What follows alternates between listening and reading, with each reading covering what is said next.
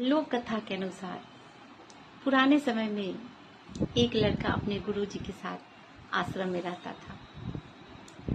एक दिन लड़के ने अपने गुरुजी से कहा, गुरुजी, मेरे जीवन में बहुत सारी समस्याएं हैं, मैं इन समस्याओं का कैसे हल निकाल सकता हूँ? कृपया करके कोई रास्ता बताइए। गुरुजी ने अपने शिष्य से कहा, ठीक है, मैं तुम्हें रास्ता बता दूंगा, लेकिन पहले तुम मेरी बकरी को खूंटे से बांध दो। इतना कहकर गुरुजी ने अपनी बकरी की रस्सी अपने शिष्य को थमा दी।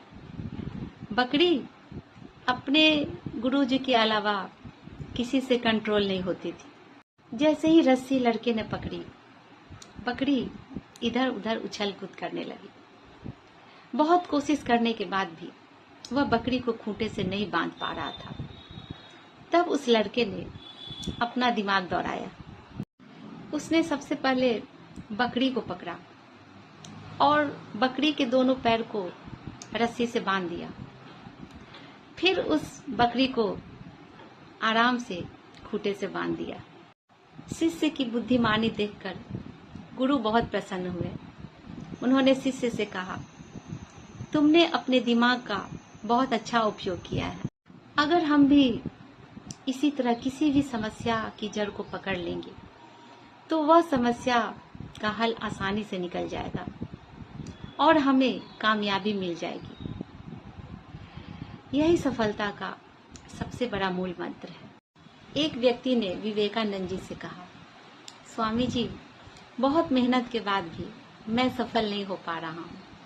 तो विवेकानंद जी ने कहा, ऐसा करो, तुम पहले मेरे डॉगी को सैर करा कर ले आओ। जब वह व्यक्ति उनके कुत्ते को सैर करा कर लाया तो देखा कि कुत्ता थका हुआ था, जबकि उस व्यक्ति का चेहरा चमक रहा था। गुरुजी ने उनसे उसका कारण पूछा तो व्यक्ति ने कहा, ये कुत्ता गली के कुत्तों के पीछे भाग रहा था, जबकि मैं चुपचाप अपने सीधे रास्ते चल रहा था।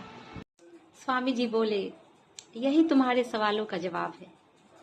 तुम अपनी मंजिल पर जाने की जगह दूसरों के पीछे भागते रहते हो।